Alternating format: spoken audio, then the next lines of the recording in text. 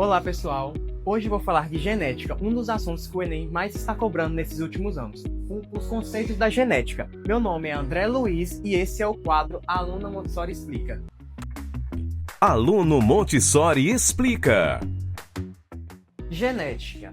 Conceitos da genética. O que você precisa saber para resolver uma questão do Enem ou uma questão do seu livro de estudos? O que você precisa saber primeiro, o que são células autossômicas e sexuais, o que são as letras maiúsculas e minúsculas e o que são indivíduos heterozigotos, homozigotos e qual é a diferença entre fenotipo e genotipo. Começando por partes. Começando pelos cromossomos autossômicos e sexuais. Os autossômicos vão ser as características em comum entre homens e mulheres. Por exemplo, nariz, orelha, olhos, coração, e aí vai. Já as sexuais vão ser o que vai determinar o gênero biológico do indivíduo, sendo X e Y, sendo XX para mulheres e YX para homens. Agora vamos falar das letras. O que significa a letra maiúscula e minúscula quando você vê? Elas vão vir de duas formas. Ou vai vir como um indivíduo heterozigoto, que vai ser com um par de alelos, sendo uma maiúscula e uma minúscula, ou vão ser homozigotos, com um par de alelo recessivo completo ou um dominante completo. Sempre que você ver letras maiúsculas, elas vão estar ligadas ao gene dominante. O gene dominante é o que se sobrepõe sobre o gene recessivo. Enquanto o gene recessivo, não importa se ele esteja com o dominante, ele sempre vai ficar como se fosse por baixo dos panos do dominante.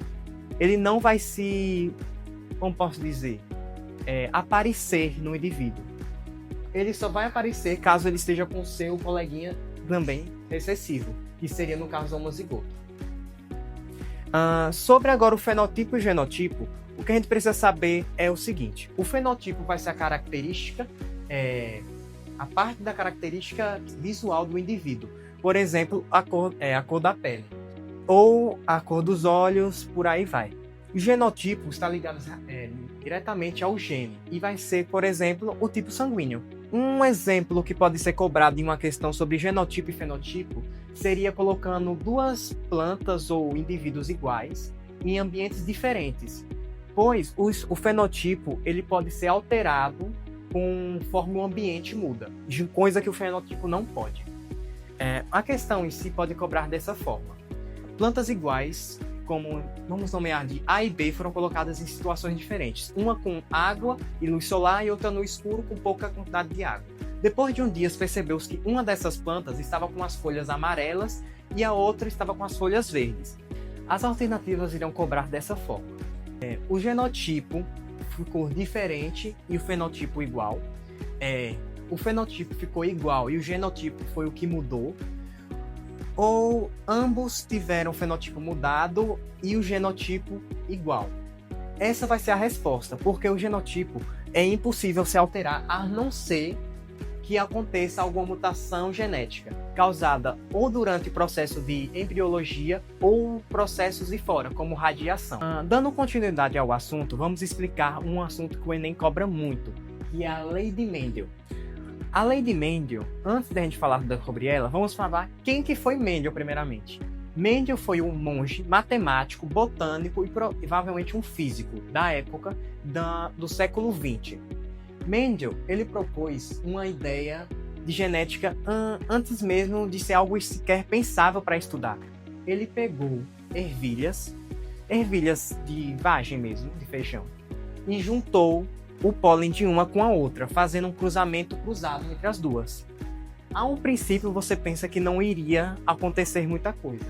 Mostrando nesse esquema, o P significa a geração principal, que foi a primeira. Nesse ponto, vai ser só indivíduos com as mesmas características. Nesse caso, vamos usar V.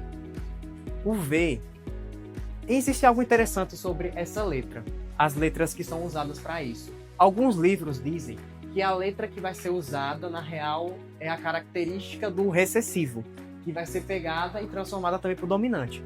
Mas é só algo que alguns livros cobram, não é algo certeiro.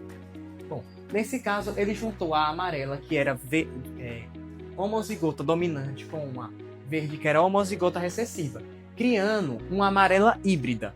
Nesse caso, quando ele viu, ele percebeu que a amarela híbrida nasceu amarela, juntando uma verde com a amarela.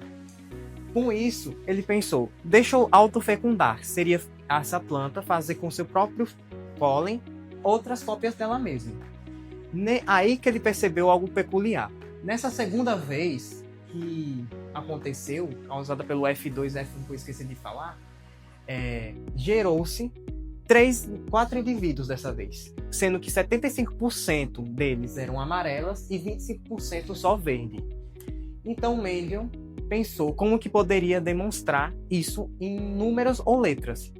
Nesse caso, para você resolver uma questão disso, sobre lei de Mendel, você precisa criar esse jogo da velha.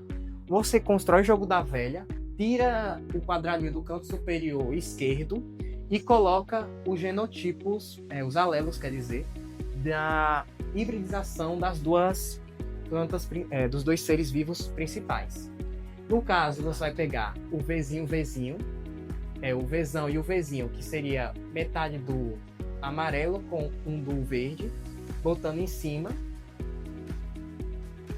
E você vai fundir, então, esse com esse, então vai ficar um homozigoto dominante, e esse daqui, um heterozigoto com dominante e recessivo. E, por último, esse com esse, que vai virar um homozigoto recessivo. Após isso, você vai perceber que um dos indivíduos vai ser dominante, homozigoto dominante, e 2 vão ser heterozigotos recessivos e dominantes, sendo apenas um também recessivo. Vendo no fim o que a gente pode ter. Em questão genotípica, a gente tivemos dois genes iguais e 2 diferentes. Então a gente coloca um para esse, 2 para esses e 1 para esse.